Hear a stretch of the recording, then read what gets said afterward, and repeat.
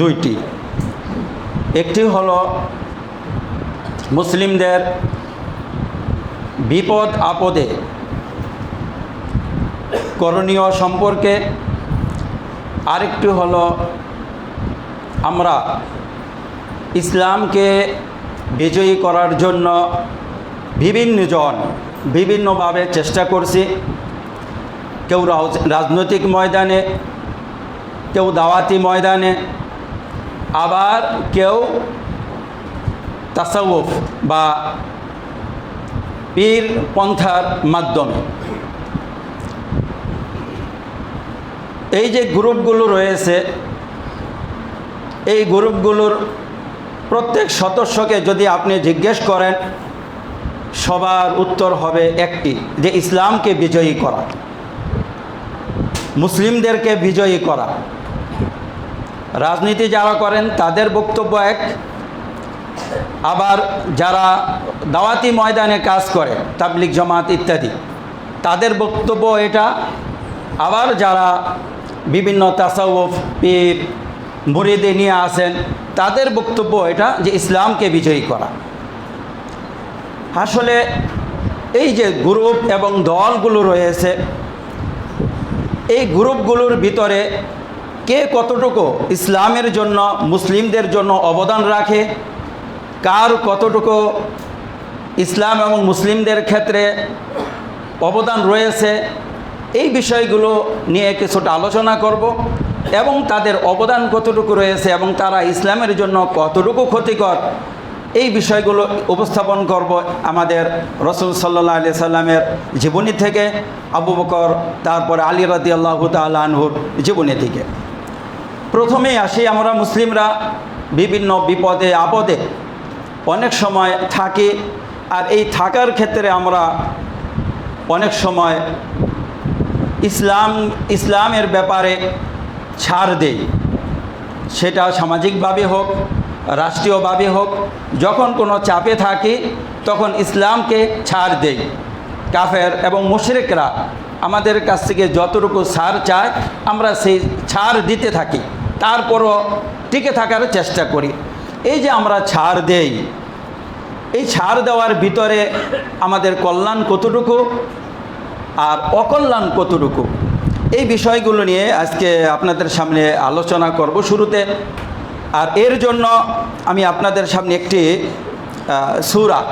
সূরা কাহাফ রয়েছে, এই সূরা কাহাফের আলোকে কিছু আলোচনা করব। ঘটনাটি ছিল নবুয়তের চতুর্থ কিংবা পঞ্চমে।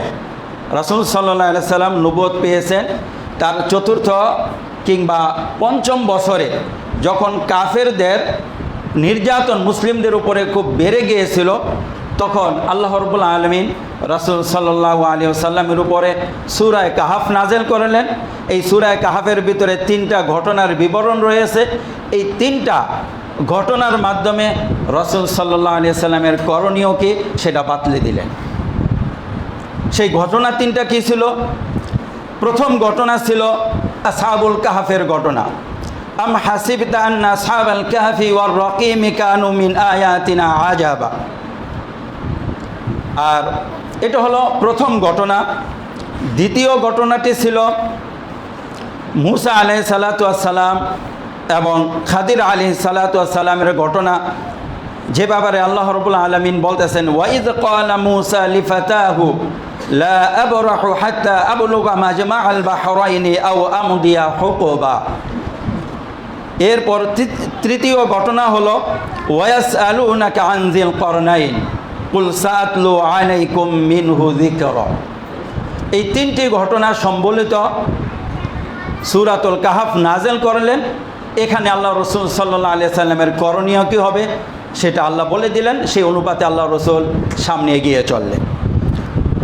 প্রথমে আসে আসহাবুল কাহাফের ঘটনা, যে ব্যাপারে আল্লাহ রাব্বুল আলামিন সূরাতুল কাহাফের 9 নম্বর আয়াত থেকে নিয়ে প্রায় আপনার 22 নম্বর আয়াত পর্যন্ত আলোচনা করেছেন। যে সূরাতুল কাহাফ আমরা অনেকেই জুমার দিন পড়ে থাকি, এই সূরাতুল কাহাফের শুরুতেই রয়েছে আম হাসিবতা আন্না আসহাবাল কাহফি ওয়ার রাকিম কানু মিন আয়াতিনা আজাবা। হে রাসূল, আপনি কি মনে করেছেন আসহাবুল কাহাফ এবং আসহাবুর রকিম যে রয়েছে তাদের ঘটনাটি খুবই আশ্চর্যপূর্ণ? আসলেই আশ্চর্যের। এরপরে আল্লাহ তাআলা পুরা ঘটনার বিবরণ দিলেন। ইদ আওয়াল ফিতিয়াতু ইলাল কাহাফি, যখন সেই যুবকরা কাহাফ গর্তের ভিতরে আশ্রয় নিলেন এবং বললেন, ফাকালু রব্বানা আতিনা মিন লাদুনকা রাহমা, হে আমাদের রব, আমাদেরকে আপনার তরফ থেকে রহমত দান করুন, ওয়াহাইয়ে এলানা মিন আমরিনা রশাদা, এবং আমাদের সঠিক সুন্দর সিদ্ধান্ত নেওয়ার জন্য তৌফিক দান করুন, আমরা যেন সঠিক পথে পরিচালিত হই সেই তৌফিক দান করুন, সেটার ব্যবস্থা করে দেন। এরপর আল্লাহ তাআলা বলতেছেন, ফাদরাবনা আলা আযানিহিম ফিল কাহফি সিনিনা আদাদা, আমি তাদের কানের উপরে ঘুম ঢেলে দিলাম, ফলে তারা বছরের পর বছর সেখানে ঘুমিয়ে থাকলো, 309 বছর। এরপর আল্লাহ তাআলা বললেন, সুম্মা বাআসনাহুম লিনা'লামা আইয়ুল হিজবাইনি আহসা লিমা লাবিসু আমাদা, এরপর আমি তাদেরকে পুনরায় উঠাইলাম যাতে করে জানতে পারি তাদের ভিতরে কে তাদের এই ঘুমানোর সময়ের ব্যাপারে ভালো ধারণা রাখে, এটা জানার জন্য। সম্মানিত উপস্থিতি, আল্লাহ রাব্বুল আলামিন এই 3টি আয়াতের ভিতরে 4টি আয়াতের ভিতরে আসহাবুল কাহাফের সংক্ষিপ্ত বিবরণ দিলেন। এরপরে বিস্তারিত আলোচনায় গেলেন। নাহনু নাকুসু আলাইকা নাবাহুম বিল হক, আমরা যথাযথভাবে আপনার সামনে আসহাবুল কাহাফের ঘটনাটি বর্ণনা করে শোনাচ্ছি। ঘটনাটি ছিল, ঐতিহাসিকগণ বলেন, বাদশাহ দিকিয়ানুসের সময়কার। বাদশাহ দিকিয়ানুস ছিলেন খ্রিস্টাব্দ 5ম ও 6ষ্ঠ খ্রিস্টাব্দের মাঝামাঝি সময়কার বাদশাহ। রাসূল সাল্লাল্লাহু আলাইহি সাল্লামের জন্মের প্রায় 100 বছর আগেকার ঘটনা ঐতিহাসিকগণ বলেন। আর এই জায়গাটি ছিল, ঐতিহাসিকগণ অনেকে বলেন জর্ডানের রাজধানীর পূর্ব পাশের 7 মাইল দূরত্বে, আবার অনেকে বলেন এটা ঘটেছে আপনার তুরস্কে, যে তুরস্ক রয়েছে সেই তুরস্কের ভিতরে। তো যেখানেই ঘটুক, কোরআনুল কারীম সাধারণত কোনো ঘটনার সময় এবং ওই ঘটনার ভিতরে যে ব্যক্তিবর্গ থাকেন তাদের নিয়ে তেমন আলোচনা করে না, আলোচনা করে এই ঘটনার ভিতরে শিক্ষণীয় বিষয়গুলো নিয়ে, কে কি বলল, কে কি করলো, এগুলো নিয়ে আলোচনা করে, ওগুলোতে আমাদের শিক্ষণীয় বিষয় থাকে। আসহাবুল কাহাফের ঘটনাটি ছিল যে তাদের যুগের বাদশাহ বা তাদের সম্প্রদায়, তারা মূর্তি পূজায় বা বিভিন্ন শিরকের ভিতরে লিপ্ত ছিল। ওই কয়েকজন যুবক যারা তাদের কৌমের এই শিরককে অপছন্দ করলো এবং তাদের যে মেলার দিন ছিল, যে মেলাতে সাধারণত গ্রামের বা শহরের সবাই মিলে পুজো করতে নির্দিষ্ট জায়গায় চলে যায়, সেখানে চলে গেল। তো সেখানে এই যে কয়েকজন যুবক, 7 জন যুবক এবং তাদের সাথে ছিল একটি কুকুর, এই 7 জন যুবক তাদের গ্রাম থেকে বেরিয়ে আলাদা হয়ে গেলেন। আলাদা হয়ে সবাই ভীত ছিল যে আমাদেরকে জোর জবরদস্তি করে হয়তো গ্রামে নিয়ে আমাদেরকে মূর্তি পূজা করতে বাধ্য করাবে, এই জন্য ওনারা আলাদা হয়ে গেলেন। কারোর সাথে কারো কোনো পরিচয় নেই, কিন্তু এক জায়গায় গিয়ে সব জড়ো হলেন। এরপরে কেউ কারো ব্যাপারে মুখ খুলছেন না, যদি কেউ সিআইডি হয়ে থাকে তো একজন সাহস করে কথা বললেন, ভাই আমরা কেন এখানে জড়ো হলাম, সবাই ওখানে মেলাতে গিয়েছে, আমরা কেন জড়ো হলাম? একজনে তার মনের অভিব্যক্তি পেশ করলেন। এরপরে আরেকজন বললেন আমি তো এই কারণে এখানে এসেছি, আরেকজন বললেন একই কারণে আমি এখানে এসেছি।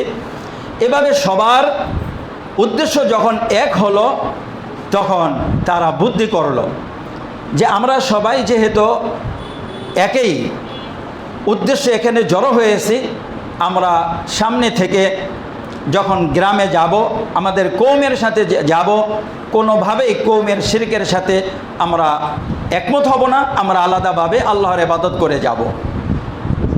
এই ভাবে অঙ্গীকার আবদ্ধ হয়ে তারা শহরে চলে আসলেন। পরবর্তীতে শহরে তাদের ব্যাপারে জানাজানি হলো, বাদশার কাছে তাদের অভিযোগ পৌঁছলো। বাদশা তাদেরকে ডেকে পাঠালেন। নিয়ে যাওয়ার পরে বাদশা তাদের সম্পর্কে খবর জানলেন। জানার পরে তারা কোনোভাবেই তাদের ধর্ম থেকে ফিরে আসবে না, তাওহীদ থেকে শিরকে যাবে না। এই জন্য বাদশা তাদেরকে কয়েকদিন সময় দিলেন, যে এই কয়েকদিন সময় দিলাম, তোমরা চিন্তা করে দেখো, যদি তোমরা নতুন ধর্ম ত্যাগ করে আমাদের বাপদাদার ধর্মে না আসো, তখন তোমাদের ব্যাপারে আলাদা সিদ্ধান্ত নেওয়া হবে। এই ঘোষণা শুনে এই 7 জন তাদের এলাকা ছেড়ে দেওয়ার চিন্তা করলেন, এলাকা ত্যাগ করলেন। এলাকা ত্যাগ করলে ওই যে আসহাবুল কাহাফ, যে কাহাফ অর্থ হলো গর্ত, আসহাবুল কাহাফি ওয়ার রাকিম, দুইটা কথা আল্লাহ তাআলা বলেছেন, কাহাফওয়ালা গর্তওয়ালা এবং রাকিমওয়ালা। রাকিম সাধারণত বলা হয় তাদের নামগুলো যেই ফলকে লেখা ছিল ওইটাকে বলে রাকিম, এটা পরবর্তী সরকার লিখেছেন। তো ওই ব্যক্তিবর্গ যখন তাদের এলাকা থেকে পালিয়ে এলাকা ছেড়ে দিলেন, একটা গর্তের কাছে গিয়ে পাহাড়ে উঠলেন, গর্তে গিয়ে সেখানে তারা আশ্রয় নিলেন। তখন আল্লাহ রাব্বুল আলামিনের কাছে এই দোয়া করলেন যে আল্লাহ তুমি আমাদের উপরে রহমত দিন এবং আমাদের বিষয়গুলো আপনি সুন্দরভাবে সম্পাদন করার তৌফিক দান করুন। তারা ঘুমিয়ে পড়ল। তারপরে 300 বছর, ঐতিহাসিকগণ বলেন সূর্যের বছর হিসাবে 300 আর চাঁদের বছর হিসাবে 309 বছর। আল্লাহ তাআলা দুইটা কথাই কোরআনুল কারিমে বলেছেন যে 309 বছর। তো ওয়ালাবিথু ফি কাফিহিম 300 সিনিন ওয়াজদাতু 9, তারা তাদের গর্তের ভিতরে 300 বছর এবং এর সাথে আরও 9 বছর যুক্ত করুন, অর্থাৎ 309 বছর। ঐতিহাসিকগণ বলেন যে 309 বছর হলো চাঁদের হিসাবে আর সৌর বছর হিসাবে 300 বছর। এই ঘটনা ওই সময় নাজেল করে আল্লাহ রাব্বুল আলামিন রসুলকে একটা বার্তা দিলেন যে মুসলিমরা মক্কাতে যে কঠিন পরিস্থিতিতে আছে, এই পরিস্থিতিতে আপনি তাদেরকে হিজরত করতে বলেন। তারা যেন তাদের ঈমানের ব্যাপারে, আমলের ব্যাপারে, আদর্শের ব্যাপারে বিন্দুমাত্র ছাড় না দিয়ে তারা যেন হিজরত করে, যেমন আসহাবুল কাহাফ হিজরত করেছে। আল্লাহ রসুল সাল্লাল্লাহু আলাইহি সাল্লাম তখন হাবশাতে যেসব সাহাবীগণ হিজরত করেছেন, 12 জন পুরুষ 4 জন নারী, তাদেরকে হাবশাতে হিজরত করতে বললেন এবং বললেন যে ওখানে একজন ইনসাফগার বাদশা রয়েছেন, সেখানে তোমরা যাও, সেখানে গেলে তোমরা তোমাদের দিন সুন্দরভাবে পালন করতে পারবে। সাহাবায়ে কেরাম সেখানে চলে গেলেন। ঘটনা লম্বা, আপনারা জানেন। তো এখানে আল্লাহ রসুলকে শিক্ষা দিলেন দ্বীনের ব্যাপারে যেন কোনো ছাড় না হয়, পুরোপুরি দ্বীনের উপরে থাকবেন, আল্লাহ রাব্বুল আলামিন আপনাদের ব্যবস্থা করে দিবে, যেমনভাবে আসহাবুল কাহাফের ব্যবস্থা করে দিয়েছে। দ্বিতীয়, এর ভিতরে আরও অনেক ঘটনা রয়েছে, যেহেতু আমরা ওই ঘটনাতে যাচ্ছি না, শুধু শিক্ষণীয় বিষয়গুলো বলবো। দ্বিতীয় ঘটনা ছিল মুসা আলাইহিস সালাতু ওয়াস সালাম এবং খাদির আলাইহিস সালাতু ওয়াস সালাম, যেখানে আল্লাহ রাব্বুল আলামিন মুসা আলাইহিস সালামের কথা বলেছেন, ওয়াইদ ক্বালা মুসা লিফাতাহু লা আবরাহু হাত্তা আবলুগা মাজমাআল বাহরাইন আও আমদিয়া হুকুবা।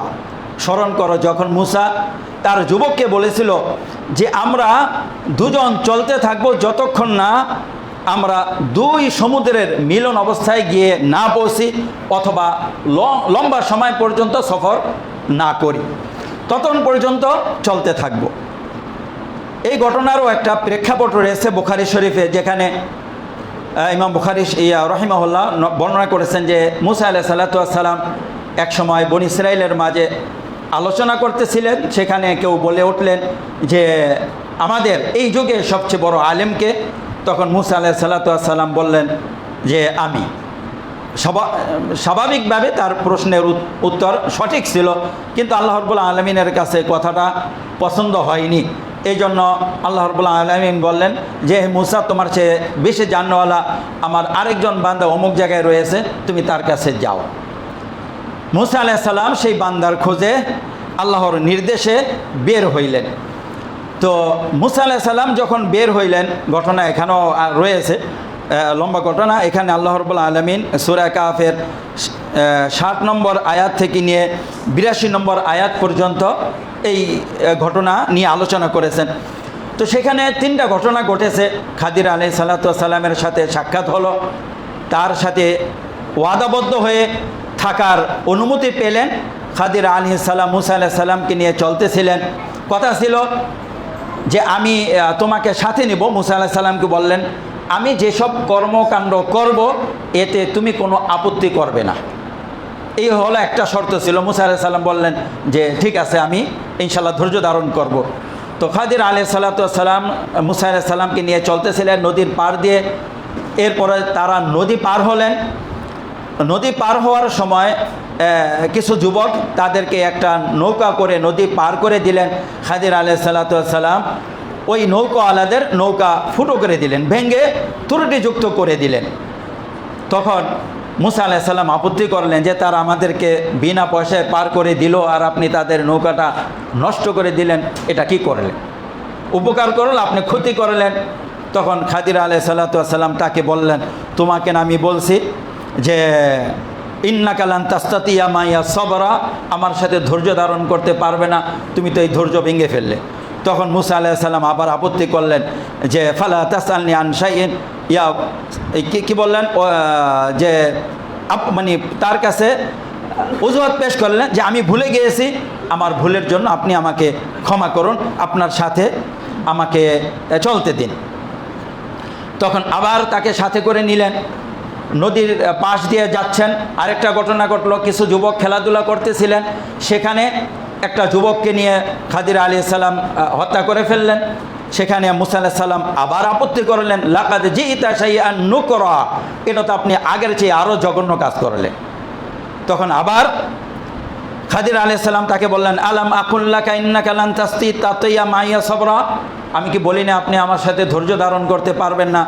তখন সেখানে আবার মুসা আলাইহিস সালাম ওজর পেশ করলেন যে এরপরে যদি কোনো প্রশ্ন করি তাহলে আপনি আমাকে আর আপনার সাথে রাখেন না, আমি আর কিছু বলবো না। চললেন, চলতে চলতে একটা বাড়িতে গেলেন। বাড়িতে গিয়ে সেখানে তাদের কাছে মেহমানদারি চাইলেন যে আমরা পথিক মুসাফির, আমাদেরকে মেহমানদারি করো, কিন্তু তারা মেহমানদারি করলো না। ফলে গ্রাম ছাড়িয়ে চলে যাচ্ছেন, রাস্তার গ্রাম ছাড়িয়ে যখন চলে যাচ্ছেন দেখলেন একটা বাড়ির দেওয়াল ভেঙে পড়ে যাচ্ছে। খাদির আলাইহিস সালাম ওই দেওয়ালটা ঠিক করে দিলেন। এখানে মুসা আলাইহিস সালাম তার আপত্তি করলেন। তার আপত্তি যথাযথ ছিল যে আপনি তাদের কাছে খাবার চেয়েছেন, ফ্রি খাবার, আবার কাজটা করে দিলেন ফ্রিতে। আপনি কেন ফ্রিতে খাবার চেতে গেলেন? ফ্রি শব্দটা কোরআনুল কারিমে নাই, এটা আমি বললাম যে আপনি তাদের কাছে খাবার চাইলেন, আবার এটা দেয়ালটাও আপনি সোজা করে দিলেন। আপনি চাইলে দেয়াল সোজা করার বিনিময়ে কিছু মজুরি নিতেন, সেটা আমরা খেতে পারতাম, তাহলে কাজের বিনিময়ে খাইলেন। কিন্তু আপনি কাজও করলেন বিনিময়ে, আবার প্রশ্নও করলেন, এটা কেমন দেখা গেল? খাদির আলাইহিস সালাম বললেন, এই যে তুমি আবার প্রশ্ন করে বসলে। এই তৃতীয় প্রশ্ন যখন করলেন তখন মুসা আলাইহিস সালামকে বললেন, আমার সাথে আর তুমি থাকতে পারবে না, এটাই তোমার সাথে আমার বিচ্ছেদ। তখন এই দুইজনের মাঝে বিচ্ছেদ হয়ে গেল। মুসা আলাইহিস সালাম চলে আসলেন। চলে আসার আগে এই সম্পর্কে তাকে একটা বিবরণ দিয়ে দিলেন, দেখো ওই যে আমি নৌকা ফুটো করেছি, এইটাও সূরা কাহফে রয়েছে। তার কারণ ছিল এই পারে একজন বাদশা ছিলেন যিনি ভালো নৌকা দেখলে নিয়ে নিতেন। আমি ওটা ফুটো করে দিয়েছি যাতে করে ওদের নৌকাটা না নেয়। তো আমি ফুটো করে তাদের ভালো করেছি। এরপরে ওই যে যুবক দেখেছ বাচ্চা, যেটা আমি হত্যা করেছি, সে বড় হলে কাফের হতো এবং তার বাপ মাকে কুফরিতে লিপ্ত করে দিত। আমি তাকে হত্যা করে ফেললাম যাতে করে তোমার রব তার পিতামাতাকে তার চেয়ে ভালো একজন সন্তান দান করে। আর তারপরে ওই যে দেয়ালটা ঠিক করে দিলাম, এরও একটা কারণ ছিল। ওই দেয়ালের মালিক যে দুইটা বাচ্চা ছিল তাদের বাপ মা ছিল নেককার, তাদের বাপ মা এখানে সহায় সম্পদ তাদের জন্য রেখে গিয়েছে। তো আমি ঠিক করে দিলাম যাতে করে তারা যৌবনে পদার্পণ করে তাদের সম্পদ তারা বের করে নিতে পারে। এরপরে বলে দিলেন, এই কাজগুলো আমি করলাম, নিজ থেকে করি নাই, আমার মানে আল্লাহর আদেশে এই কাজগুলো করেছি। এখানে আল্লাহ রসুল সাল্লাল্লাহু আলাইহি সাল্লামকে আল্লাহ রাব্বুল আলামিন বড় একটা শিক্ষা দিলেন যে সব কিছু আপনি বাহ্যিকভাবে চিন্তা করবেন না, বাহ্যিকভাবে সব কিছু দেখবেন না, কিছু জিনিস লক্ষ্য করবেন। বাহ্যিক একরকম দেখা যায়, ভিতরগত ফলাফল আরেক রকম। আপনি আজকে দেখতেছেন মুসলিমরা দুর্বল, আজকে দেখতেছেন মুসলিমরা ঘর থেকে বিতাড়িত হয়ে হিজরত করে হাবশাতে যাচ্ছে। আরেকদিন আসবে যখন মুসলিমরা মক্কাতে প্রতিষ্ঠিত হবে এবং তারা এখানে যারা ঈমান আনবে না, ঈমান নিয়ে থাকবে না, তাদেরকে বের করে দেবে, অবস্থা পুরো পাল্টে যাবে। তো সব কিছু বাহ্যিকের উপরে আপনি বিবেচনা করবেন না। আমার ওয়াদা, আমার অঙ্গীকার যেটা রয়েছে তার উপরে আপনি চলতে থাকেন, তার উপরে বিশ্বাস রাখেন, সেই অনুপাতে আপনি ফল পাবেন। এটা হলো গায়েবের প্রতি বিশ্বাস। অর্থাৎ আপনি বাহ্যিক কিছু ক্ষেত্রে বাহ্যিককে অস্বীকার করে, বাহ্যিকের প্রতি কর্ণপাত না করে, তার পশ্চাতে যেই হাকিকত বাস্তবতা রয়েছে তার প্রতি ঈমান রাখবেন। এটা হলো গায়েবের প্রতি ঈমান। বাহ্যিকভাবে আপনি সদকা করলে টাকা কমে যাচ্ছে, আল্লাহ তাআলা বলেছেন টাকা বাড়বে, রসুল বলেছেন টাকা বাড়বে, ঈমান রাখতে হবে, আসলেই টাকা বাড়বে। বাহ্যিকভাবে লক্ষ্য করতেছেন আপনি বিনয়ী হলে আপনি অপমান হচ্ছেন। আল্লাহ রসুল সাল্লাল্লাহু আলাইহি সাল্লাম বলেছেন মান তাওয়াদা লিল্লাহি রাফাআহুল্লাহ, যে বিনয়ী হবে আল্লাহর জন্য আল্লাহ তাকে উঠিয়ে দিবেন। আসলেই আপনি বিনয়ী হন, আপনাকে আল্লাহ রাব্বুল আলামিন উঠিয়ে দিবেন। বাহ্যিকভাবে যে অহংকার করে সে উপরে উঠে যায়। আল্লাহ রসুল সাল্লাল্লাহু আলাইহি সাল্লাম বলেছেন যে অহংকার করবে আল্লাহ তাআলা তাকে দমিয়ে দিবে। অহংকার আল্লাহ রাব্বুল আলামিনের চাদর। তো বাহ্যিকভাবে যুদ্ধে দেখা যায় মানুষ বেশি হলে, সরঞ্জাম বেশি হলে জিতে যায়, কিন্তু আল্লাহ রাব্বুল আলামিন বলেছেন এটা ইমানদারদের ব্যাপারে নয়। ইমানদারদের ব্যাপারে বিষয়টা ভিন্ন। ইমানদার যদি 10 জন হয়, কাফের যদি 20 জন হয়, তাহলে এই 10 জন মুমিন কাফেরদের বিপরীতে বিজয়ী হবে, যেমন বদরে বিজয়ী হয়েছিল। এভাবে আল্লাহ রাব্বুল আলামিন বাহ্যিককে ত্যাগ করতে বললেন। বাহ্যিককে তুমি ত্যাগ করো, গায়েবের প্রতি বিশ্বাস রাখো যে গায়েব আমি তোমাকে দিচ্ছি, তাহলে তুমি বিজয়ী হবে এবং তুমি তোমার কাঙ্ক্ষিত সফলতা অর্জন করতে পারবে। তৃতীয় ঘটনা যুলকারনাইনের ঘটনা। যুলকারনাইনের ঘটনা সম্পর্কে আমরা কম বেশি সবাই জানি। যুলকারনাইন সম্পর্কে আল্লাহ রাব্বুল আলামিন বলতেছেন ওয়ায়াসআলুনাকা আন যুলকারনাইন কুল সাআতলু আলাইকুম মিনহু যিকরা। এই যুলকারনাইনের ঘটনা সূরা কাহফের 83 নম্বর আয়াত থেকে নিয়ে প্রায় 101 নম্বর আয়াত পর্যন্ত আলোচনা করেছেন। যুলকারনাইনের ঘটনা এটা কখন ছিল এই নিয়েও ঐতিহাসিকগণ বিভিন্ন মত পোষণ করেছেন। কারো মত ছিল যে যুলকারনাইন ইব্রাহিম আলাইহিস সালামের প্রতি ঈমান এনেছিলেন, তখনকার ছিলেন। কেউ বলেছেন তার আগের বা পরের। তো যাই হোক, কোরআনুল কারীম সেই সময় নিয়ে কথা বলে নাই আর বলেও না। তো এখানে আল্লাহ রাব্বুল আলামিন বলতেছেন যে যুলকারনাইন সম্পর্কে আপনারা তাকে জিজ্ঞেস করবে, আপনি বলেন যে আমি যুলকারনাইন সম্পর্কে তোমাদেরকে বলে দিচ্ছি। আল্লাহ তাআলা বলতেছেন ইন্না মাক্কান্না লাহু ফিল আরদি ওয়া আতাইনাহু মিন কুল্লি শাইইন সাবাবা। যুলকারনাইনকে আমি জমিনে প্রতিষ্ঠিত করেছিলাম এবং আমি তাকে সব ধরনের উপকরণ দিয়েছিলাম। এরপর আল্লাহ রাব্বুল আলামিন যুলকারনাইন সম্পর্কে বলতেছেন যে ফাতবা সাবাবা, যুলকারনাইন সে তার উপকরণ গ্রহণ করলো। হাত্তা ইদা বালাগা মাগরিবা শামসি ওয়াজাদাহা তাগরুবু ফি আইনিন হামিয়া, সে উপকরণ ধরে অর্থাৎ সফর শুরু করলো তার সৈন্যবাহিনী নিয়ে, একেবারে দুনিয়ার পশ্চিম সীমান্তে গিয়ে পৌঁছলে। যারা ঐতিহাসিক রয়েছেন তারা বলেন যে এই পশ্চিম সীমান্ত বলতে আটলান্টিক মহাসাগরের পারে, যেটা মরক্কো বলি ইত্যাদি বলে থাকি, আর মাগরিবুল আকসা, সেখানে তারা গিয়ে পৌঁছলেন। গিয়ে দেখলেন যে কালো পানির ভিতরে সূর্য ডুবতেছে। সেখানে গিয়ে একটা কোম পাইলেন। তো ঘটনা লম্বা আর কি, এই ঘটনা বলতে গেলে আমাদের আরেকটা বিষয় বলতে পারবো না। তো এখানে আল্লাহ রাব্বুল আলামিন বলছেন যে দেখো যুলকারনাইন ওখানে গেলেন, ওখানে গিয়ে একটা শ্রেণী পাইলেন। পাওয়ার পরে আমি তাকে এখতিয়ার দিলাম যে তারা যদি তাদেরকে শাস্তি দিতে পারো, তাদের উপর অনুগ্রহ করলেও করতে পারো। যুলকারনাইন বললেন যারা এখানে মুমিন রয়েছে তাদেরকে আমি অনুগ্রহ করলাম, আর যারা কাফের রয়েছে তাদেরকে এখন শাস্তি দিলাম, তবে পরকালে তাদের জন্য আরও বড় শাস্তি অপেক্ষা করছে। এরপরে আবার তিনি তার সৈন্যবাহিনী নিয়ে চলতে চলতে একেবারে পূর্ব প্রান্তে গিয়ে পৌঁছলেন। ওখানে গিয়ে আবার এক কমকে পাইলেন, আবার ওখান থেকে আসলেন, আসার পরে আবার তিনি উত্তর দিকে মুখ করলেন। উত্তর দিকে মুখ করে এরকম একটা জাতিকে পাইলেন যে জাতির কথা স্পষ্টভাবে জুলকারনাইন বুঝতেছিলেন না। পরবর্তীতে তিনি বুদ্ধবাসীর মাধ্যমে হোক তাদের কথা বুঝলেন, বুঝার পরে তারা জুলকারনাইনের কাছে অভিযোগ করলো, হে জুলকারনাইন, আমাদের পাশে ইয়াজুজ মাজুজ রয়েছে, তারা আমাদের এলাকাতে ঢুকে আমাদের উপর অত্যাচার করে, নিপীড়ন করে। আমরা আপনাকে সহযোগিতা করি, আপনি আমাদের মাঝে তাদের মাঝে একটা দেয়াল তৈরি করে দেন, যাতে করে আমরা তাদের নির্যাতন থেকে মুক্তি লাভ করতে পারি। জুলকারনাইন বললেন যে তোমাদের টাকা পয়সা অর্থের আমার প্রয়োজন নাই, আমাকে আল্লাহ যা দিয়েছেন এটাই যথেষ্ট, তবে তোমরা শ্রম দিয়ে আমাকে সাহায্য করো। তারা লোহা জমা করতে লাগলেন। জুলকারনাইন লোহা জমা করে তারা দুই পাহাড়ের ছিলেন, একটা পূর্ব পাশে একটা দক্ষিণ পাশে পাহাড়, এই দুই পাহাড়ের মাঝখান দিয়ে তারা ঢুকতেন। জুলকারনাইন এই দুই পাহাড়ের সমান করে লোহা ডাললেন, লোহার ভিতরে আবার সীসা ডাললেন, সীসা ঢেলে বললেন কয়লান ফুকু ফিহা, এর ভিতরে ফুৎকার দাও, ফু দিতে থাকো, আগুন জ্বালিয়ে দিলেন। এরপরে লোহা সীসা গালিয়ে একেবারে কঠিন একটা বাঁধ তৈরি করে দিলেন। এরপরে বললেন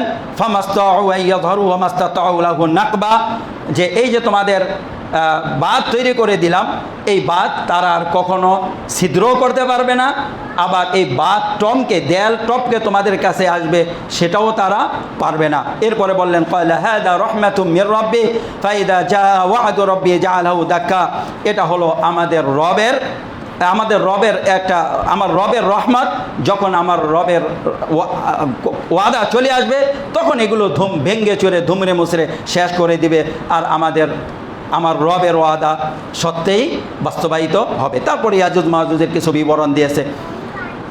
এই ঘটনাতে আল্লাহ রাব্বুল আলামিন একটা বড় শিক্ষা দিলেন যে দেখো, প্রত্যেক যুগে যখন ইয়াজুজ মাজুজ থাকে, আমি তাদের থেকে আরেকটা সম্প্রদায়কে মুক্ত করার জন্য জুলকারনাইন প্রেরণ করে থাকি। যেরকম ইয়াজুজ মাজুজের নিপীড়ন থেকে তাদের প্রতিবেশীদের রক্ষা করেছে জুলকারনাইনের মাধ্যমে, আজকে তোমরা নির্যাতিত হচ্ছ, আমিও তোমাদের জন্য এরকম জুলকারনাইনের ব্যবস্থা করে দেব যে তোমাদেরকে তাদের নির্যাতন থেকে মুক্তি দিবে।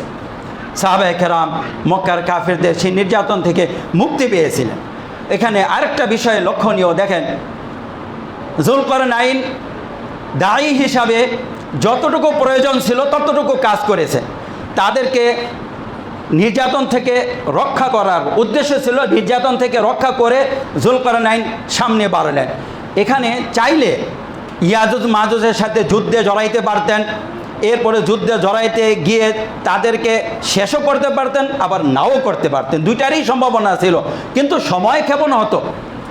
তো জুলকারনাইন এখানে সময় ক্ষেপণ করেন নাই, আসল উদ্দেশ্য হলো তাদের নির্যাতন থেকে তাদেরকে মুক্ত করে তিনি দাওয়াতি কাজে লেগে গেলেন। তো মুহাম্মদ সাল্লাল্লাহু আলাইহি সাল্লামকে ওই কঠিন মুহূর্তে নবুয়তের চতুর্থ পঞ্চম হিজরিতে আল্লাহ রাব্বুল আলামিন এই শিক্ষাটা দিলেন যে তুমি তাদের সাথে কোনো আপোষ রফায় না গিয়ে সাহাবীদেরকে নিরাপদ জায়গায় পাঠিয়ে দাও। যেমন জুলকারনাইন একটা বাঁধ তৈরি করে দিয়ে ওই নির্যাতিত মানুষদেরকে রক্ষা করেছিল, তাদেরকে হাবশায় পাঠিয়ে দিয়ে কুরাইশদের নির্যাতন থেকে রক্ষা করো, আর কুরাইশদের সাথে যুদ্ধ বিগ্রহ তর্কাতর্কি ইত্যাদিতে লিপ্ত হওয়ার কোনো মানে নেই, আপনি সামনে চলেন দাওয়াত নিয়ে। সম্মানিত উপস্থিতি, এই শিক্ষাগুলো আমাদেরকে বলে আমরা যদি এই সময়কার রাসূলের সাথে কাফেরদের সাথে যে কথোপকথন হয়েছে সেগুলোর দিকে একটু নজর দিই, দেখব একের পর এক আবু তালেবের কাছে কাফেররা আসছে যে আপনার ভাতিজাকে নিবারণ করেন, বাধা দেন।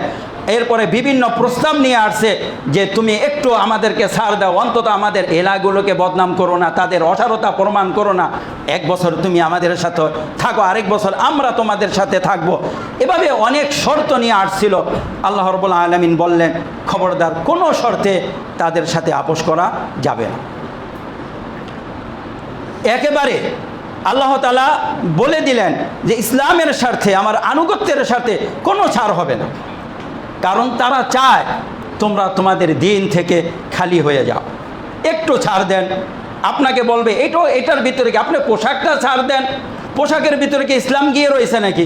আপনি দাড়িটা ছাড় দেন, দাড়ির ভিতরে কি ইসলাম গিয়ে রয়েছে নাকি?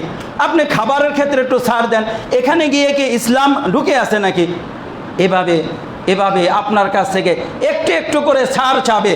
আর সে চাবে, কাফেরেরা চাবে যে আপনাকে কিভাবে ইসলাম থেকে খালি করা যায়। আজকে একটু থেকে মুক্ত করতে পারলে আরেকদিন আরেকটু থেকে মুক্ত করবে। এটাই আমাদের পূর্বপুরুষ যারা ছিল, যাদের পতন ঘটেছে, এভাবেই ঘটেছে।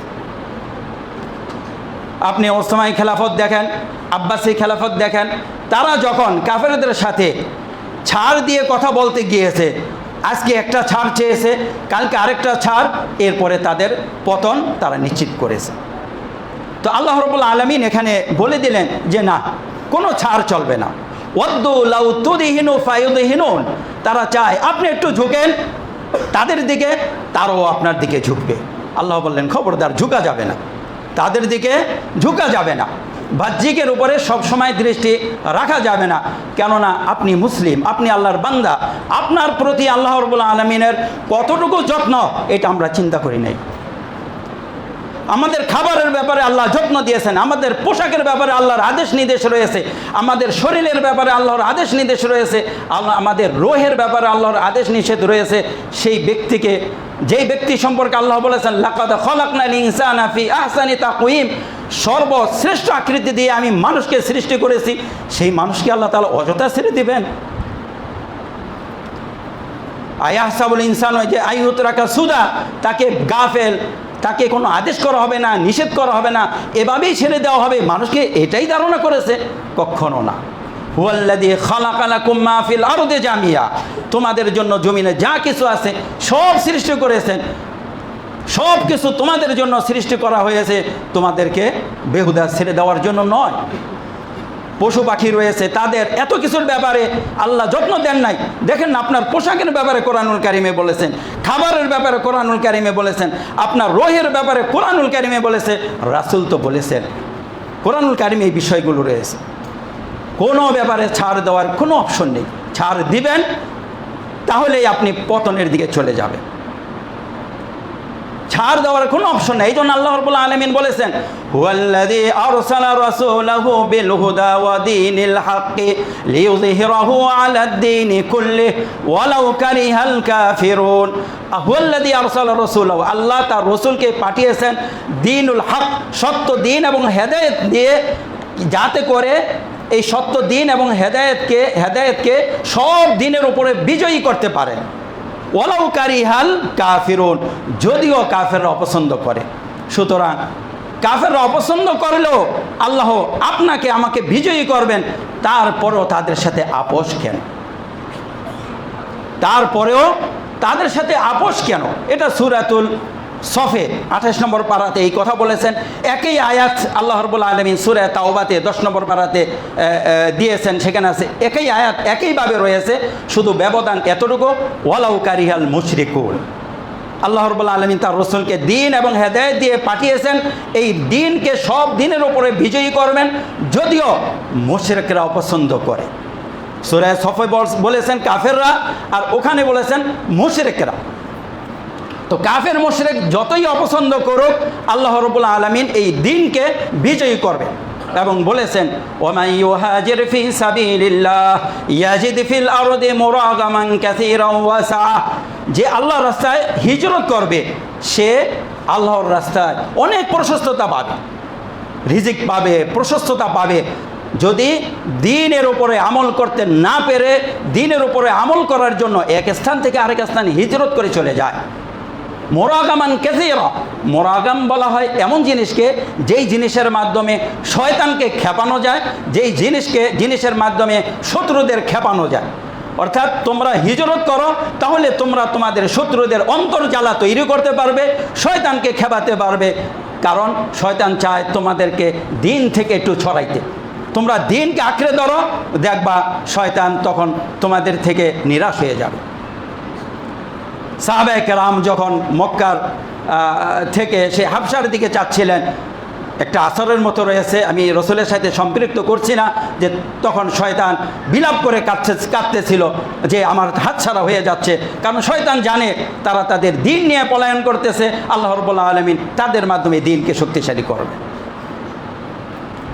সম্মানিত উপস্থিতি, আমরা যে বিভিন্নভাবে দিনকে বিজয়ী করতে গিয়ে দিনকে বিসর্জন দিয়ে থাকি, আসলে আল্লাহ রাব্বুল আলামিন এর থেকে আমাদেরকে বারবার সতর্ক করেছেন। দিনকে বিজয়ী করার নামে দিনকে বিসর্জন দেওয়ার কোনো অর্থ হইতে পারে না। আমরা বর্তমান মুসলিমরা এই কাজেই করে যাচ্ছি। আল্লাহ রাব্বুল আলামিন দেখেন, আল্লাহ রসুল সাল্লাল্লাহু আলাইহি সাল্লামের মাধ্যমে আমাদেরকে বেশ কিছু জিনিস থেকে সতর্ক করেছেন। একটু আপনারা ভিতরে চলে আসেন, অনেকে দাঁড়িয়ে আছেন, ভিতরে চলে আসেন, একটু জায়গা করে দেন, একটু ভিতরে চলে আসেন। হয়তো সামনে বৃষ্টিও হতে পারে, একটু ভিতরে চলে আসেন। আসেন, আপনি সামনে চলে আসেন, বলছি যখন চলে আসেন, এখন সমস্যা নেই। একটু আপনারা একটু চেপে চেপে একটু বসেন। হ্যাঁ, তো সম্মানিত উপস্থিতি, আমাদেরকে সুরক্ষার জন্য আল্লাহ রসুল সাল্লাল্লাহু আলাইহি সাল্লাম বেশ কিছু পদ্ধতি দিয়েছেন। তার ভিতরে একটা পথ হলো আমরা যেন কোনোভাবে সিরাতে মুস্তাকিম থেকে বিচ্যুত না হই। আল্লাহ রাব্বুল আলামিন আদম আলাইহিস সালামকে প্রেরণ করলেন একটা সিরাতে মুস্তাকিম দিয়ে, যে ফামান ইত্তাবা হুদায়া ফালা ইয়াদিল্লু ওয়ালা ইয়াশকা। এই যে তোমাকে সিরাতে মুস্তাকিম দিলাম, হেদায়েত দিলাম, এর উপরে থাকলে তোমরা পথভ্রষ্ট হবে না, হতবাগাও হবে না। এভাবে এই সিরাতে মুস্তাকিম ছিল। এরপরে আস্তে আস্তে বিভিন্ন পথ তৈরি হতে লাগলো, মানুষ বিপদগ্রস্ত হতে লাগলো। আল্লাহ রসুল সাল্লাল্লাহু আলাইহি সাল্লাম এটাকে আরও সুন্দরভাবে বুঝিয়েছেন। ইবনে মাজাহ শরীফের শুরুতেই 9-10 নম্বর হাদিসে রয়েছে। এটা হলো সাওবান রাদিয়াল্লাহু তাআলা আনহু থেকে বর্ণিত হাদিস, যে আন্না রাসূলুল্লাহ সাল্লাল্লাহু আলাইহি সাল্লাম খাত্তান, যে একটা দাগ দিলেন। এই হাদিসটা আমরা সবাই জানি এবং শুনেছি। একটা লম্বা করে দাগ দিলেন, এরপরে ওয়াখাত্তা খাত্তাইন আন ইয়ামিনে ওয়াখাত্তা খাত্তাইন আন শিমালি, বাম পাশে আরও 2টা দাগ দিলেন, ডান পাশে আরও 2টা দাগ দিলেন। এরপরে বললেন ওয়া আন্না হাযা সিরাতি মুস্তাকিমান ফাত্তাবিউ, এটা হলো আমার রাস্তা, তোমরা এর অনুসরণ করো। আল্লাহ রসুল সাল্লাল্লাহু আলাইহি সাল্লাম আরেক জায়গায় বলেছেন যে আমি আল্লাহ তাআলা হাদিসে কুদসিতে আমি আমার বান্দাদেরকে হুনাফা শিরিকবিহীন সৃষ্টি করেছি। তারপরে শয়তান এই সিরাতে মুস্তাকিম থেকে কাউকে ডানে কাউকে বামে নিয়েছে। এই জন্য আল্লাহ রসুল সাল্লাল্লাহু আলাইহি সাল্লাম আমাদেরকে বিভিন্ন ফিরকা এবং দলে বিভক্ত হতে নিষেধ করেছে এবং বলেছেন যে বনী ইসরাইল 72-71 ফেরকায় বিভক্ত হয়েছে, এই উম্মত 73 ফেরকায় বিভক্ত হবে। একটা ফেরকায় জান্নাতে যাবে, বাকি সবগুলো জাহান্নামে যাবে। যদিও সব ফেরকাই বলবে আমি জান্নাতে যাচ্ছি, আমি দিনকে বিজয়ী করার জন্য এই অবস্থা গ্রহণ করেছি, কিন্তু সবগুলোর ব্যাপারে আল্লাহ রসুল সাল্লাল্লাহু আলাইহি সাল্লাম জাহান্নামের কথা বলে দিলেন। সম্মানিত উপস্থিতি, তো আমরা এই যে বিভিন্ন দল এবং গ্রুপে যে বিভক্ত হয়ে রয়েছে, সেটা এই যে দল এবং গ্রুপগুলো রয়েছে, সবাই যে একটা দাবি করি যে আমি দিনের জন্য করতেছি, শুধু দাবি করি এটাও নয়। আপনি যখন কাউকে দাওয়াত দিতে যাবেন, যেমন বিভিন্ন দল রয়েছে, আমি নাম বলছি না, রাজনৈতিক প্রায় 14-15টার মতো ইসলামিক দল রয়েছে, সরকারের নিবন্ধনপ্রাপ্ত।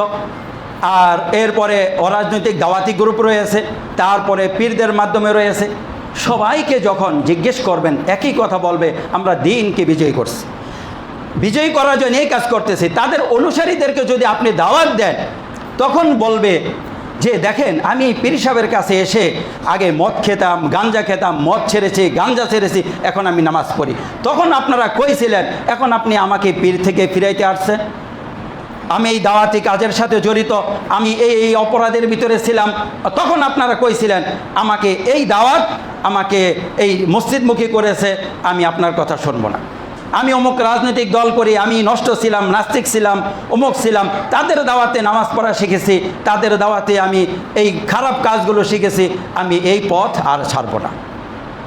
আপনাকে যুক্তি দিয়ে দিই। আসলে এই কথাগুলো যে বলল এবং এই সবগুলো দল বিভক্ত হয়ে রইল, এরা কি আসলে এই কাজগুলো করলো ইসলামের করলো নাকি ইসলামের বাইরের কাজগুলো করলো, এবং এরা যে কাজগুলো করতেছে এর দ্বারা ইসলামের উপকার হলো না ক্ষতি হলো। আপনাকে বলবো প্রত্যেকটা দল দ্বারা সবার আগে ইসলাম ক্ষতিগ্রস্ত হয়, মুসলিমরা ক্ষতিগ্রস্ত হয় এবং কাফেররা উপকৃত হয়।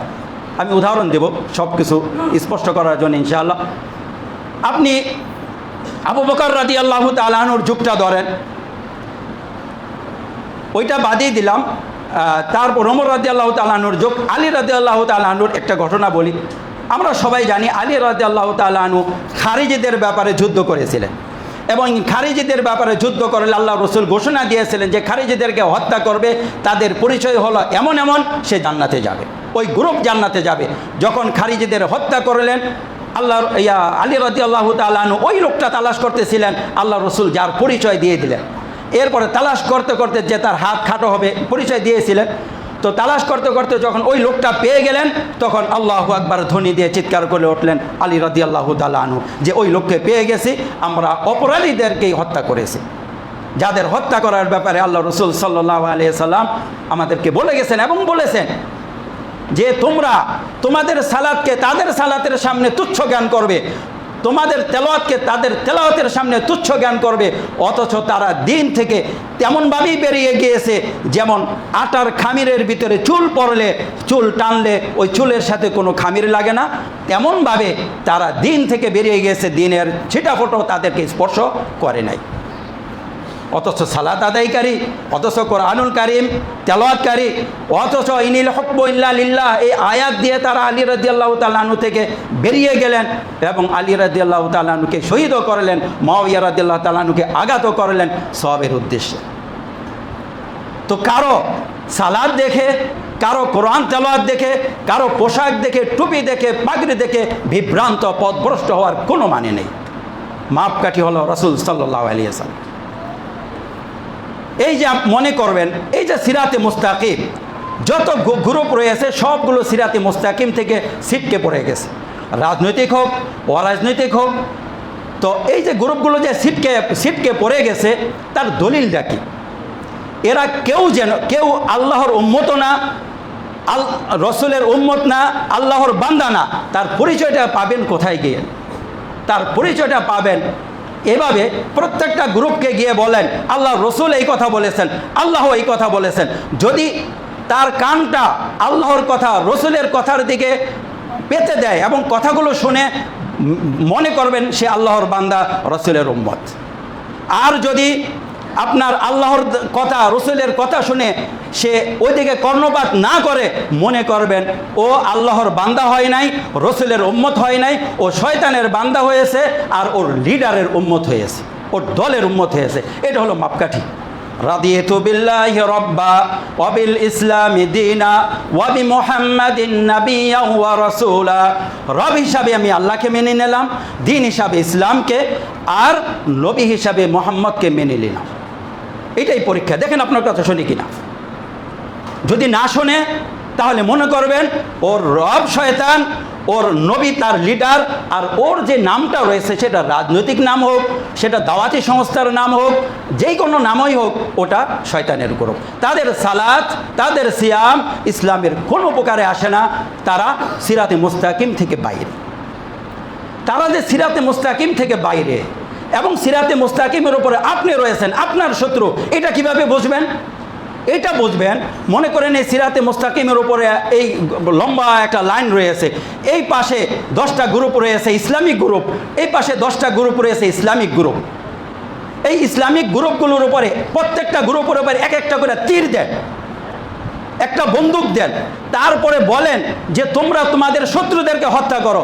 দেখবেন প্রত্যেকটা গ্রুপ থেকে যে তীরগুলো নিক্ষেপ হবে সেটা সিরাতে মুস্তাকিমের উপরে যারা রয়েছে তাদেরকে লক্ষ্য করে নিক্ষেপ করবে। যারা আল্লাহর বান্দা, রাসূলের উম্মত, তাদেরকে লক্ষ্য করে ওদের তীর নিক্ষেপ হবে। একজন আরেকজনকেও মারবে না, সবার তীর হবে এদিকে। দেখবেন ওটা রাজনৈতিক দল হোক, ইসলামিক হোক, তীর মারছে এদিকে, অরাজনৈতিক হোক, তীর মারছে এদিকে, এদিক থেকে ও পীর হোক এদিকে, দাওয়াতি সংস্থা হোক এদিকে, সবার লক্ষ্য আল্লাহর বান্দা, রাসূলের উম্মত। বাংলাদেশের এক একটা দলকে আপনি নাম নিয়ে নিয়ে যদি পরীক্ষা করতে চান, এই পরীক্ষায় শতভাগ পাবে। তারা আল্লাহর কথার দিকে কর্ণপাত করবে না, রসুলের হাদিসের দিকে কর্ণপাত করবে না। তাদের শত্রুতা সর্বপ্রথম এই সিরাতে মুস্তাকিমের উপরে যারা রয়েছে তাদের সাথে। তারা ক্ষমতায় থাকলেও তাদের উপরে নির্যাতন করবে, বাইরে থাকলেও তাদের উপরে নির্যাতন করবে, এবং এদের কারণে অন্যরাও তাদের উপরে নির্যাতন করবে। আপনাদেরকে একটা উদাহরণ দিই। ধরেন, আমরা কিন্তু যেহেতু কোনো দল ইত্যাদি করি না, এবং আমরা কোনো লিডারকেও, সে কাফের হোক ইত্যাদি হোক, খারাপ নামেও ডাকি না, কারণ আমরা সবাইকে চাই সম্মানের সহিত আল্লাহর দিকে দাওয়াত দিতে, রসুলের দ্বীনের দিকে দাওয়াত দিতে, কোনো তুচ্ছ না। তারপরে একটা কথা বলি, নামও নিচ্ছি না। মনে করেন বিগত সরকার, আওয়ামী লীগ সরকার ছিল, তারা নির্যাতন করেছে একটা শ্রেণীকে, সবাইকে নির্যাতন করেছে। যারা রাজনীতি করেছে তাদেরকেও নির্যাতন করেছে, যারা রাজনীতি করেনি তাদেরকেও নির্যাতন করেছে। মনে করেন ওর সিরাতে মুস্তাকিম থেকে বাইরে, এখন তার হাতে আপনার দুইটা তীর আছে। এখন সে জানে আমার শত্রু ইসলাম, কেননা ইসলাম তার বিপক্ষে দাঁড়িয়েছে। এখন সিরাতে মুস্তাকিম তার বিপক্ষে দাঁড়ায় নাই, ওই আরেকটা গ্রুপ তার বিপক্ষে দাঁড়িয়েছে। এখন ও তো আর ইসলাম চেনে না, এই জন্য ও কী করবে, দুইটা তীর নিয়ে একটা ওই গ্রুপের দিকে নিক্ষেপ করবে, আরেকটা সিরাতে মুস্তাকিমের দিকে নিক্ষেপ করবে। কারণ ও তো চিনে না যে আমার শত্রুকে। ও চিনে ইসলাম আমার বিরুদ্ধে আসে, হিন্দু ধর্ম আমার বিরুদ্ধে আসে নাই, খ্রিস্টান ধর্ম আমার বিরুদ্ধে আসে নাই, বৌদ্ধ ধর্ম আমার বিরুদ্ধে আসে নাই, এই জন্য এই সমস্ত ধর্মকে আমি সাপোর্ট দিব। ইসলাম যেহেতু আমার বিরুদ্ধে আসছে, আমি ইসলামের তীর নিক্ষেপ করব। এরও দেখা যায় ইসলাম বলে, আবার এরও দেখা যায় ইসলাম বলে। তাহলে আওয়ামী লীগের তীর যারা সিরাতে মুস্তাকিমের ওপরে ছিল তারাও খেয়েছে, যারা আওয়ামী লীগের শত্রু ছিল তারাও খেয়েছে। সিরাতে মুস্তাকিমের উপর তারা কেন খেলো? ওদের কারণে খেয়েছে। উদাহরণ যদি চান নিতে পারে। আপনাদের হারুন ভাই হয়তো বিব্রত বোধ করতে পারে, তারপরও বলি, আর তাওহীদ যে কমপ্লেক্স রয়েছে, এই কমপ্লেক্স অনুমোদনের জন্য জয়েন্ট স্টক কোম্পানি বা কিছু লেনদেনের জন্য সরকারের অনুমোদন দরকার। হারুন ভাই কথা প্রসঙ্গে একসময় বলতেছিলেন যে আমরা চেয়েছিলাম ডক্টর আবু বকর জাকারিয়াকে আমাদের প্রধান রেখে এটার একটা অনুমোদন আনবেন, কিন্তু সরকার সেই অনুমোদন দেয় নাই। কাকে? ডক্টর আবু বকর জাকারিয়াকে। অথচ উনি সরকারি চাকরিজীবী, কুষ্টিয়া ভার্সিটির শিক্ষক। দেয় নাই কেন? ডক্টর আবু বকর জাকারিয়াকে চেনে না, মনে করে ও হয়তো ইসলামিক রাজনীতি করে, আমার বিপক্ষের লোক, তাকে ছাড় দেওয়া হবে না। তো ডক্টর আবু বকর জাকারিয়া ওই সময় একটা উদাহরণ দিলাম যে এখানে তার নাম দিয়ে এই কমপ্লেক্স করতে পারেন নাই, জিজ্ঞাসা করে নিতে পারেন। এখন দেখেন, এখন ওই দল নাই, চলে গেছে। এখনও ডক্টর আবু বকর জাকারিয়া কিন্তু হালুয়া রুটি খাচ্ছেন না, উনি কিন্তু এখনও বিরাগ বা জ্বর। কারা হালুয়া রুটি খাচ্ছে? ওই যে যারা নাকি, যাদের কারণে উনি নির্যাতিত হয়েছেন, তারাই কিন্তু এখন সরকারি গাড়ি হাঁকাচ্ছে, হালুয়া রুটি খাচ্ছে। তাহলে দেখেন, সিরাতে মুস্তাকিম ওই সময়ও নির্যাতনের শিকার হয়েছে, এখনও তারা ওই সরকারি হালুয়া রুটির জন্য পিছনে পড়ে নাই। আবার লক্ষ্য করবেন, আমি অনেক শত্রুতা দেখাইতে পারি। ডক্টর আবদুল্লাহ জাহাঙ্গীর সাহেব যখন কুষ্টিয়া ভার্সিটিতে ছিলেন, ডক্টর আবু বকর জাকারিয়ার কথা উনি বললেন যে উনি বিএনপি এবং ওই যে ইসলামিক দলগুলো মিলে যখন সরকার গঠন করেছিল, ওই সময় তার পদোন্নতির জন্য 3 বার উনি দরখাস্ত করেছে, 3 বার তার দরখাস্ত ফেরত পাঠানো হয়েছে। কেন? ওনাদের দলের নাকি ছিল না। দেখেন, আমরা জানি, আল্লাহ তাকে ক্ষমা করুক, মানুষ হিসাবে ভুল থাকতে পারে, সিরাতে মুস্তাকিমের একজন লোক ছিলেন ডক্টর আবদুল্লাহ জাহাঙ্গীর স্যার রহিমাহুল্লাহ, পান নাই। এরপরে যখন ওই সরকারের পতন হলো, তারপরে তার পদোন্নতি হলো, সেটা তত্ত্বাবধায়ক সরকার না যেন আমলে আমলে। ডক্টর সাইফুল্লাহ মাদানী হাফিজাহুল্লাহ, আপনারা পরিচিত মানুষ, যে আপনাদের পরিচিত, এখানেও আসেন। উনি তত্ত্বাবধায়ক সরকারের আমলে উত্তরা 3 নম্বর সেক্টর ওনার যে ডিএস সেন্টারের দাওয়া সালাফিয়া নামে কনফারেন্স করেন, সেটা যাই হোক, কনফারেন্স করতে গিয়েছিলেন, ওনার কনফারেন্স বন্ধ করে দিয়েছিল। ওনার বলেছেন, একই সাথে আলাপ করেছেন গত রমজানে যখন আমি ডক্টর সাইফুল্লাহ, তারপরে মুরসালিন ভাই, সাথে ডিএস সেন্টারের আরেকজন লোক ছিল, 4 জন। রমজানের একটা প্রোগ্রাম ছিল 71, ওই যে পুরান পল্টনে 71 যে ভবন আছে, ওটা থেকে ফেরার সময় এই কথোপকথন হচ্ছিল। ডক্টর সাইফুল্লাহ হাফিজাহুল্লাহ বললেন, যদি ইসলামিক দল ক্ষমতায় আসতো তাহলে সহি আকিদার অনেক প্রতিষ্ঠান বন্ধ হয়ে যেত। এটা কি জন্য বললাম? এই যে সাইটের যে ইসলাম দেখেন, এদের শত্রু কিন্তু সিরাতে মুস্তাকিম। কারণ এরা সবাই কুফারদের সাথে ছাড় দিয়ে দিয়ে তারা এখন আর রসুলের উম্মত নাই, আল্লাহর বান্দাও নাই। এখন তারা মনে করতেছে আমার হালুয়া রুটি প্রস্তুত, আমার হালুয়া রুটির ভেতরে সিরাতে মুস্তাকিমের উপরে যারা আছে তারা পানি ঢেলে দিচ্ছে, এদেরকে খতম করো, এদেরকে খতম করো। এই জন্য কাফেরদেরও শত্রু সিরাতে মুস্তাকিম, যত ফেরকা রয়েছে তাদেরও শত্রু সিরাতে মুস্তাকিম। বুঝবেন কিভাবে? তাদেরকে যদি বলেন তোমাকে 5 জন লোক হত্যা করার অনুমতি দিলাম, তাহলে দেখবেন এই যে ইসলামিক দলগুলো আছে সিরাতে মুস্তাকিম থেকে 5টা লোক বাছাই করবে, এই 5টা লোক হত্যা করে, তাদের প্রতিপক্ষ কাউকে না। এই ব্যাপারও বললে অনেক কথা বলতে পারি, কেননা আপনারা যেই বাংলাদেশে বাস করেন আমিও সেই বাংলাদেশে বাস করি। তো সম্মানিত উপস্থিতি, বলতেছিলাম আল্লাহ রসুল যে এই যে এত ফেরকা বলেছেন, এই ফেরকাগুলোর ভিতরে কোনো কল্যাণ নাই। কল্যাণ নাই বিদায় আলী রাদিয়াল্লাহু তাআলা আনহু, আবু বকর রাদিয়াল্লাহু তাআলা আনহু আগে নিজেদের ভিতরে এই ফেরকাগুলো নষ্ট করেছেন, এর মাথা ভেঙে দিয়েছেন। এই ফেরকাগুলো ধ্বংস করার পরে তারপরে যখন মুসলিম সমাজকে, মুসলিম উম্মাকে আবর্জনা মুক্ত করলেন, তখন বাইরের লোককে দাওয়াত দিলেন, এটা হলো ইসলাম, এটা হলো মুসলিম, তোমরা এখানে আসো। আবু বকর রাদিয়াল্লাহু তাআলা আনহুর সময়কার ঘটনাগুলো পড়ে দেখেন, তো সেখানে লম্বা ঘটনা, আমি ওগুলো বলতে যাচ্ছি না। আলী রাদিয়াল্লাহু তাআলা আনহুকে দেখেন, ওনারা নিজেদের ভিতরে যে 2টা ফেরকা গজিয়ে গেছে, এগুলোর মাথা ভাঙ্গার আগ পর্যন্ত শত্রুর সাথে যান নাই। আজকে যদি আমরা মুসলিম কথার কথা ইসলামী সরকার থাকতো, তার সর্বশক্তি নিয়োগ হতো এই ইসলামিক দলগুলো, ইসলামিক গ্রুপগুলো নষ্ট করার জন্য।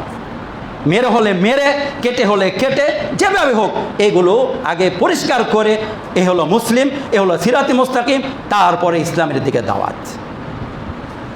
সম্মানিত উপস্থিতি, আজকে আমাদের সর্বশেষ দারস হলো এই যে ফেরকাগুলো দেখলেন, হয়তো আমি বুঝাইতে পেরেছি বা বুঝছেন, এই ফেরকাগুলো কেউ ইসলামের ক্ষেত্রে বিন্দু মাত্র অবদান রাখে না, সিরাতে মুস্তাকিমের জন্য অবদান রাখে না।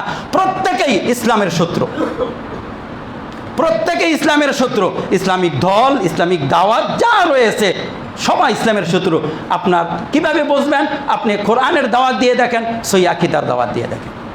আরও যদি আপনি জানতে চান যেগুলো বাতিল ফেরকা কিভাবে হলো, দেখবেন এই ফেরকাগুলোর কেবলা কোনটায়। আমি এর আগেও আপনাদেরকে বলেছি, ইসলামকে নিরাপত্তা দেওয়ার জন্য আল্লাহ রাব্বুল আলামিন ইসলামকে বোঝার জন্য আমাদেরকে 3টা জিনিস দিয়েছেন, কোরআন দিয়েছেন, হাদিস দিয়েছেন, আর ইসলামের ভূমি দিয়েছেন, ইসলামের দেশ দিয়েছেন, মক্কা মদিনা দিয়েছেন। আল্লাহ রাসূল সাল্লাল্লাহু আলাইহি সাল্লাম মক্কা মদিনার ফজিলত বর্ণনা করেছেন কোরআনুল কারিমে।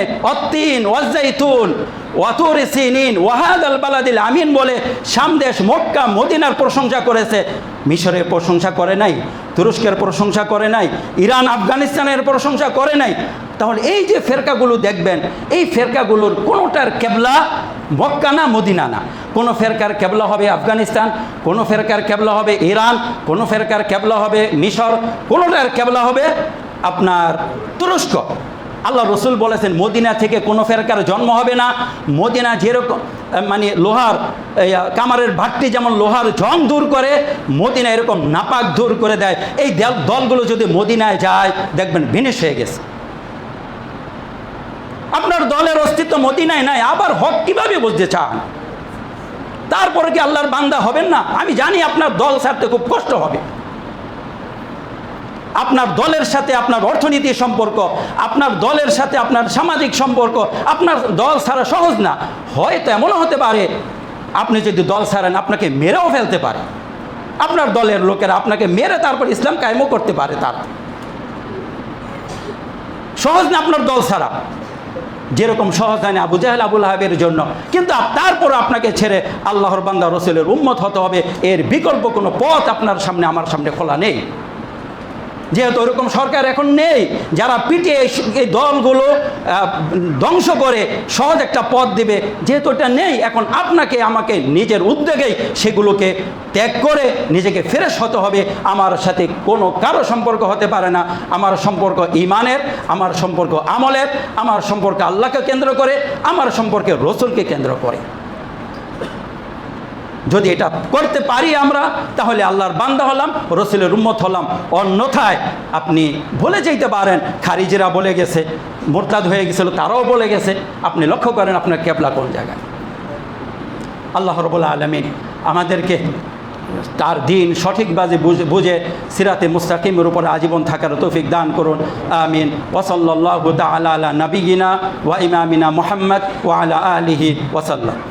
সম্মানিত উপস্থিতি, আরেকটা কথা বলে দিই 1-2 মিনিটের ভিতরে, যে আমরা আমাদের গোমরাহি যদি জানতে চাই, তারপরে লক্ষ্য করবেন, বিশেষ করে আমরা যারা রাজনীতি করি তাদের পথভ্রষ্ট যদি জানতে চান, লক্ষ্য করেন আল্লাহ রসুল দাওয়াত শুরু করেছেন আল্লাহর আদেশ পেয়ে, তাই না? ইয়া আইয়ুহাল মুদ্দাসির কুম ফাআনজির, ইয়া আইয়ুহাল মুজাম্মিল, আল্লাহর দাওয়াত পেয়ে দাওয়াত শুরু করেছেন। নামটাও আল্লাহর থেকে নেওয়া। আমরা যারা রাজনীতি করি, আমরা কার অনুমতি নিয়ে রাজনীতি করি? নির্বাচন কমিশনের অনুমতি নিয়ে রাজনীতি করি। নির্বাচন কমিশন আমাদেরকে যেই নাম দেয়, যেই শর্ত দেয়, সেই নাম নিয়ে সেই শর্ত মোতাবেক আমরা ইসলামিক দল করি। এটা কি নির্বাচন কমিশনারের দল নাকি আল্লাহর দল? আপনার অনুমোদন নির্বাচন কমিশনার থেকে, আপনার পদ্ধতি মানহাজ নির্বাচন কমিশন, আপনি কিভাবে আল্লাহর হলেন? আপনার কান ধরে বলল তোর নাম এইটা না, এই না, এই নাম দিতে হবে, আপনি নামও চেঞ্জ করে ফেললেন, আপনার শর্তও চেঞ্জ করে ফেললেন। আপনার শুরু এখান থেকে, আপনার মানহাজ এখান থেকে, তারপর আপনি আল্লাহ। তাহলে আপনার প্রতিবেশী বিএনপি, তারপরে ওই যে আওয়ামী লীগ রয়েছে, তারা ইসলামের কেন হলো না? আপনি যদি এদের ভণ্ডামি দেখতে চান, জানতে চান, ইয়ত্তা নেই। অর্থাৎ দিন রাত আপনার কাছে স্পষ্ট হয়ে যাবে, দিন রাতের মতো স্পষ্ট হয়ে যাবে যে তারা আল্লাহর দলের না, তারা রসুলের উম্মত না, তারা আল্লাহর বান্দা না। আল্লাহর কথা, রসুলের কথা তাদের সামনে পেশ করলে আপনার সামনে স্পষ্ট হয়ে যাবে।